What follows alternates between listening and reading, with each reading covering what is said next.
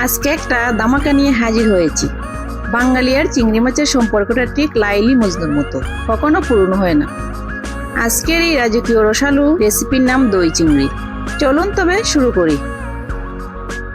প্রথমে পরিষ্কার করা চিংড়ি মাছগুলোতে সামান্য নুন ও হলুদ গুঁড়ো মাখিয়ে 10 মিনিট রেখে দিন।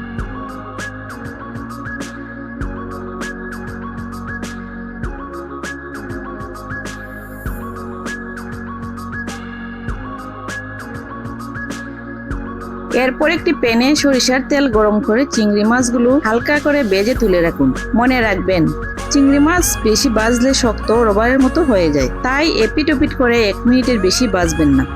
এবার মশলা কষানোর পালা। চিংড়ি মাছ ভাজার তেলেই তেজপাতা এবং গোটা গরম মশলা ফোড়ন দিন।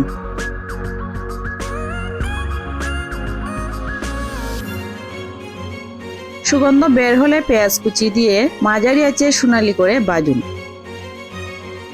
পেঁয়াজ ভাজা হলে 2 থেকে 3 টেবিল চামচ পেঁয়াজ বাটা দিন। কাঁচা পেঁয়াজের গন্ধ দূর হলে এতে যোগ করুন 1 থেকে 2 চা চামচ করে আদা ও রসুন বাটা। কাঁচা গন্ধ চলে যাওয়া পর্যন্ত মশলাটা ভালো করে কষাতে থাকুন।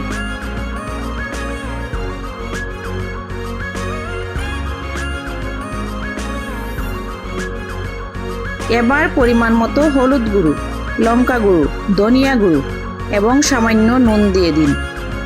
মশলা যাতে পুড়ে না যায় তাই সামান্য জলের ছিটে দিয়ে তেল ছাড়া পর্যন্ত কষিয়ে নিন।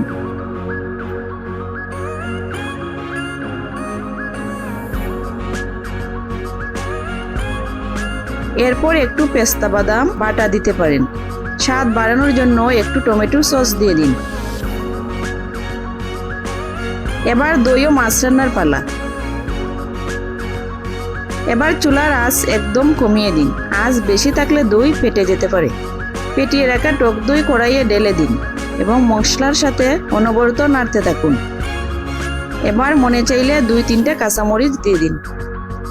দই থেকে তেল ছাড়তে শুরু করলে ভেজে রাখা চিংড়ি মাছগুলো মশলায় দিয়ে দিন। হালকা করে 1 মিনিট নেড়েচেড়ে মশলার সাথে মাছগুলো মিশিয়ে দিন। মাঝারি আঁচে কড়াই ঢাকা দিয়ে 5 থেকে 6 মিনিট রান্না হতে দিন। ঝোল ঘন হয়ে তেল ওপরে ভেসে উঠলে ওপর থেকে ঘি এবং গরম মশলা গুঁড়ো ছড়িয়ে চুলা বন্ধ করে দিন। রান্না শেষে 10 মিনিট ঢাকনা দিয়ে রাখুন। এতে সব সুগন্ধ মাছের ভেতর ভালোভাবে ঢুকে যাবে। ব্যাস তৈরি আপনার জিভে জল আনা দই চিংড়ি। এটার স্বাদ এত মারাত্মক যে কোনো অতিথি আপ্যায়নে পরিবেশন করলে সকলেই আপনার প্রশংসা করতে বাধ্য। বাড়িতে অবশ্যই এভাবে একবার ট্রাই করে দেখবেন, আর ভালো লাগলে কমেন্টে জানাবেন। সে পর্যন্ত সকলেই ভালো থাকুন, সুস্থ থাকুন এবং চ্যানেলটি সাবস্ক্রাইব করে রাখুন। ধন্যবাদ সবাইকে এতক্ষণ সাথে থাকার জন্য।